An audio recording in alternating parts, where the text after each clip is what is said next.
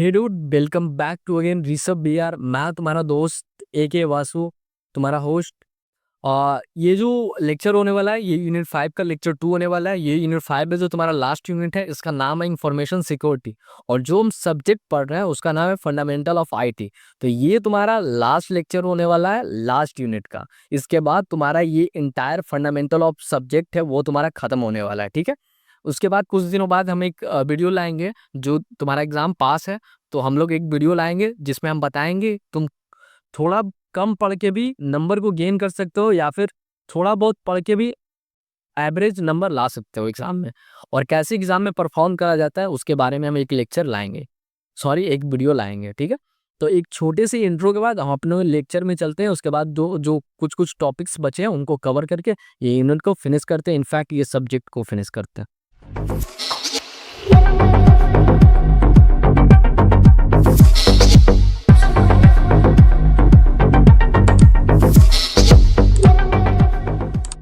तो हमारा जो टॉपिक होने वाला है वो साइबर लॉ होने वाला है। देखो, साइबर लॉ, अभी हम लोग बारे में किसके बारे में बात कर रहे थे? पहले हम लोग स्टार्टिंग में इंफॉर्मेशन सिक्योरिटी के बारे में बात करा। फिर जो साइबर क्रिमिनल्स होते हैं वो कौन कौन सा अटैक कर सकते हैं तुम्हारे सिस्टम पे, उसके बारे में हम लोगों ने बात करा। फिर अभी ना हम लोग साइबर लॉ के बारे में बात करेंगे। बेसिकली जो हमारे जो इंडियन कॉन्स्टिट्यूशन है, मतलब हम लोग का जो लॉ है इंडिया में जो काम करता है, वो साइबर क्राइम्स जो होते हैं, जो हैकर करते हैं, उनके प्रति कौन कौन सा लॉ बनाया गया है उनके बारे में हम लोग बात करते हैं। तो देखो, द इंफॉर्मेशन टेक्नोलॉजी एक्ट, जिसको अमेंडमेंट भी बोलते हैं, the information technology amendment act, जो 2008 में लाया गया था इंडिया में, ठीक है।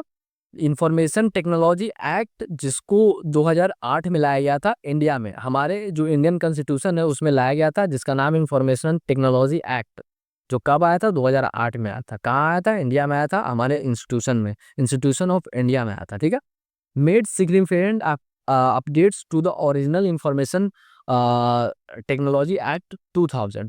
देखो, हम लोग के पास पहले से भी इंफॉर्मेशन टेक्नोलॉजी एक्ट था, जो कि था 2000, इंफॉर्मेशन टेक्नोलॉजी एक्ट ऑफ 2000। उसको ना अपडेट कर दिया गया 2008 में, जिसका नाम था द इंफॉर्मेशन टेक्नोलॉजी एक्ट 2008। ये क्या है? जो इंफॉर्मेशन टेक्नोलॉजी एक्ट 2000 है उसका एक अपडेटेड वर्जन है। कब अपडेट किया गया? 2008 में। इस अपडेट में क्या क्या करा गया? Focusing on cyber crimes, data protection and privacy. जो इंफॉर्मेशन, जिसको हम इंफॉर्मेशन टेक्नोलॉजी एक्ट, जिसको हम आईटी एक्ट भी बोलते हैं, तो आईटी एक्ट पहले 2000 में आया था, उसको 2008 में अपडेट करा गया। इस अपडेट में फोकस करा गया साइबर क्राइम पे, जो हम लोग को ऑनलाइन जो जो भी क्राइम्स होते हैं उन पे फोकस करा गया। डाटा को प्रोटेक्ट करने के लिए भी फोकस करा गया, और साथ में हमारा जो प्राइवेसी होना चाहिए उन सब को फोकस करते हुए इसको अपडेट करा गया, ठीक है। इसमें बेसिकली दो मेन सेक्शन है, सेक्शन 66 एंड सेक्शन 67। बेसिकली हम लोग को होते हैं ना, जिसको बोलते हैं सेक्शन 60, जिसको धारा बोला जाता है, धारा 66, धारा आईपी इतना वगैरह वगैरह, तो are specially relevant for understanding the legal framework around cyber offences and online content. Basically कहने का मतलब ये है कि जो 2008 में आईटी एक्ट को अपडेट करा गया, उसमें साइबर क्राइम पे फोकस करा गया, डाटा प्रोटेक्शन पे, साथ में प्राइवेसी पे, इतना पे फोकस करा गया। उसके बाद सेक्शन 66 एंड 67 बनाया गया था। बेसिकली ये 66 और 67 जो सेक्शन है, ये अंडरस्टैंड मतलब कि हम लोग को बताता है कि लीगल फ्रेमवर्क, मतलब कि कौन कौन सा चीज़ें हैं ऑनलाइन में जो ये चीज़ करने पे ये लीगल होगा और ये चीज़ इलीगल होगा, ठीक है। इसमें क्या क्या करा गया? तो साइबर ऑफेंसेस के बारे में बताया गया। साइबर ऑफेंसेस बेसिकली यही है कि हम लोग जब ऑनलाइन आते हैं तो उसमें कौन कौन सा चीज़ करेंगे तो ये लीगल होगा और ये इलीगल होगा, मतलब ये सही होगा और ये गलत होगा अकॉर्डिंग टू इंडियन कॉन्स्टिट्यूशन, ठीक है। और जो ऑनलाइन कंटेंट है, बेसिकली हम जो तुम्हें वीडियो प्रोवाइड कर रहे हैं ना, तुम यूट्यूब पे देख रहे हो, ये जो लेक्चर है वो तुम कहाँ पे देख पा रहे हो? तो यूट्यूब पे देख पा रहे हो। तो ये क्या हो गया? एक वीडियो है जो क्या हो गया? ऑनलाइन कंटेंट है तुम्हारा, ठीक है। तुम कोई गाना सुन रहे हो, तुम म्यूजिक वीडियो देख रहे हो, मूवी देख रहे हो, ये सारा क्या चीज़ है? ऑनलाइन कंटेंट है। तुम इमेजेस सोशल मीडिया इंस्टाग्राम पे अपलोड कर रहे हो, तो वो क्या है? सारी चीज़ ऑनलाइन कंटेंट है। तो इनके बारे में एक लॉ बनाया गया, लीगल फ्रेमवर्क तैयार किया गया। लीगल फ्रेमवर्क करने का मतलब ये कि एक फ्रेमवर्क रेडी करा गया जिसके अंदर अगर ये सारी चीज़ें हो रही है तो ये लीगल है, लीगल है। और इसके बाहर अगर कोई चीज़ हो रही है, आउट ऑफ द बाउंड्री कोई चीज़ हो रही है, तो वो इलीगल है। अगर तुम इलीगल चीज करोगे तो उस केस में तुम्हें पनिश करा जाएगा। पनिश आईटी आईटी एक्ट 2008 के तहत या फिर 2000 के तहत तुम्हें पनिश किया जाएगा, जिसमें 66 और 67 है। ठीक है, अभी जो साइबर लॉ है, मैंने बताया कि दो सेक्शन है, 66 और 67। तो जो 66 सेक्शन 66 है आईटी अमेंडमेंट एक्ट में, वो बेसिकली है कंप्यूटर रिलेटेड ऑफेंसेस के लिए बनाया गया था। जो सेक्शन मैंने बताया दो है, सेक्शन 66 और सेक्शन 67। सेक्शन जो 66 है वो कंप्यूटर रिलेटेड ऑफेंसेस के लिए बनाया गया था, और जो 67 है वो पब्लिशिंग ऑप्शंस मटेरियल ऑनलाइन, जो ऑनलाइन हम लोग चीजें अपलोड कर रहे हैं उनके उनके रिगार्डिंग जो फ्रेमवर्क रेडी किया गया, लीगल फ्रेमवर्क, वो 67 में आ जाएगा। और जो कंप्यूटर रिलेटेड ऑफेंसेस है वो 66 में आ जाएगा। तो हम कंप्यूटर रिलेटेड ऑफेंसेस के बारे में बात करते हैं। तो देखो, सेक्शन 66 जो है वो एड्रेस करता है crimes involve the unauthorised use of computer and digital devices. It covers hacking और unauthorised access to someone computer और ऑनलाइन अकाउंट्स। बेसिकली देखो, जो सेक्शन 66 है वो जो कंप्यूटर रिलेटेड ऑफेंसेस है उसके बारे में काम करेगा। ठीक है, उसके तहत इसको बनाया गया है। इसमें क्या होता है ना कि हैकिंग और अनऑथराइज्ड एक्सेस के ऊपर क्राइम बना, मतलब कि बताया गया है कि ये चीज करते अगर तुम पकड़े गए जो कि गलत है, तो उस केस में तुम्हें पनिश करा जाएगा सेक्शन 66 के तहत। ठीक है, तो इस केस में क्या होता है ना कि हैकिंग और unauthorised access to someone computer और ऑनलाइन अकाउंट्स, किसी का ऑनलाइन अकाउंट है या फिर किसी का कंप्यूटर है, उसके बिना परमिशन के अगर तुम उसको एक्सेस कर रहे हो या फिर हैक कर रहे हो, तो उस केस में तुम्हें सेक्शन 66 के अंडर रखा जाएगा और तुम्हें पनिश करा जाएगा थ्रू इंडियन कोर्ट। ठीक है, और जो सेकंड है वो अल्टरनेटिंग डिस्ट्रॉइंग और damaging computer data without permission. बिना परमिशन, बिना उस यूजर के परमिशन के तुम उसके डाटा को डिस्ट्रॉय कर रहे हो, डैमेज कर रहे हो उसके कंप्यूटर को या फिर डाटा को, या फिर अल्टरनेट कर रहे हो, कर रहे हो, ये तीन चीज अगर करते पकड़े गए बिना उसके परमिशन के, तो उसके इसमें भी तुम्हें सेक्शन 66 के अंडर रख करके तुम्हें पनिश करा जाएगा। ठीक है, sending offensive message through any communication device like email और सोशल मीडिया या फिर ईमेल के थ्रू कोई भी ऑफेंसिव मैसेज तुम किसी को भेज नहीं सकते। ठीक है, अब ऑफेंसिव मैसेज क्या होता है भाई? जो हमारे समाज के लिए या फिर जिसको तुम भेज रहे हो उसके लिए ये सही नहीं है, उसको हम ऑफेंसिव मैसेज में कंसिडर करेंगे। तो वैसा मैसेज जो किसी के लिए खतरनाक हो, हमारा जो ये है सोसाइटी है उसके लिए कुछ खतरनाक हो, वैसा कुछ तुमने ईमेल या फिर सोशल मीडिया पे पोस्ट करा या फिर डाला या फिर शेयर किया, तो उस केस में भी सेक्शन 66 के अंदर तुम्हें पनिश करा जाएगा। ठीक है, अब इसे अब पनिशमेंट क्या मिलता है वो बड़ी बात है। अब violating this section can face a fine and jail time up to 3 year. देखो, अगर ये तीन चीज करते पकड़े गए तो तुम्हें सेक्शन 66 के तहत तुम्हें पनिश करा जाएगा। उस पनिशमेंट में तुमको ये मिलेगा, या तो तुम्हें फाइन देना पड़ सकता है या तो तुम्हें जेल जाना पड़ सकता है लगभग 3 साल के लिए। ठीक है, अप टू 3 ईयर है, मतलब 1 साल के लिए भी जाया जा सकता है, 2 साल के लिए भी जाया जा सकता है, मैक्सिमम 3 साल के लिए तुम्हें जाना ही पड़ेगा। ये डिपेंड करता है कोर्ट पे या फिर जज पे, जो कौन से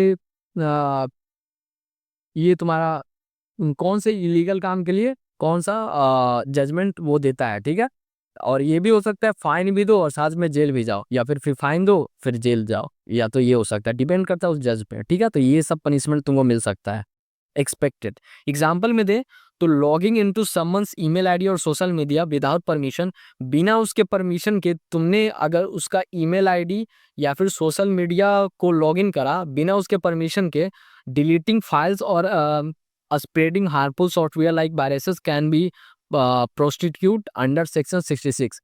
देखो, बिना किसी के परमिशन के उसका ईमेल आईडी या फिर सोशल मीडिया को तुमने लॉगिन कर लिया, फिर उसको यूज कर रहे हो या फिर उसके फाइल को डिलीट कर रहे हो या फिर उसको यूज करते हुए तुम वायरसेस सब जगह फैला रहे हो, तो उस केस में अगर तुम पकड़े जाते हो तो तुम्हें अंडर 66 सेक्शन 66 के तहत रख करके पनिशमेंट दिया जाएगा। ठीक है, अब सेक्शन 67 के बारे में बात करते हैं, जो basically options material online post करने के लिए पब्लिश तुमने अगर मटेरियल, जैसे कि हम लोग देखो यार, हम लोग तुम लोग मेरा जो लेक्चर है वो यूट्यूब पे देख रहे हो, ठीक है। तो बेसिकली हम क्या कर रहे हैं, अपना जो ऑनलाइन मटेरियल है, ऑनलाइन मटेरियल है, जो कि एक वीडियो होने वाला है, कुछ भी हो सकता है, वीडियो भी हो सकता है, मूवी भी हो सकता है, कोई तुम्हारे इमेजेस भी हो सकते हैं, कुछ पीडीएफ भी हो सकते हैं, कुछ भी हो सकते हैं।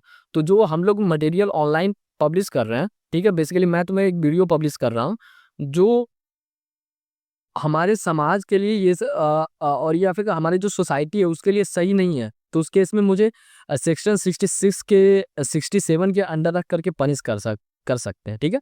बेसिकली सेक्शन 67 और क्या क्या है थोड़ा सा डिटेल में बारे में बात करते हैं। तो देखो, this section target people who publish और ट्रांसमिट सेक्सुअली एक्सप्लिसिट और ऑब्सलेंस कंटेंट ऑनलाइन। देखो, ये सेक्शंस जो 67 है वो बेसिकली टारगेट वैसे लोगों को करता है जो जो लोग ऑनलाइन पब्लिश कर रहे हैं या फिर ट्रांसमिट कर रहे हैं। ट्रांसमिट मतलब करना, शेयर करना होता है, ठीक है। सेक्सुअली एक्सप्लिसिट और absence content online, online sexually कुछ इमेजेस हैं, कुछ वीडियोस हैं, उनको वो क्या कर रहे हैं, या तो वो पब्लिश कर रहे हैं मतलब अपलोड कर रहे हैं, या तो फिर वो आपस में शेयर कर रहे हैं। तो दोनों के केस में तुम्हें सेक्शन 67 के अंडर रखा जाएगा, ठीक है।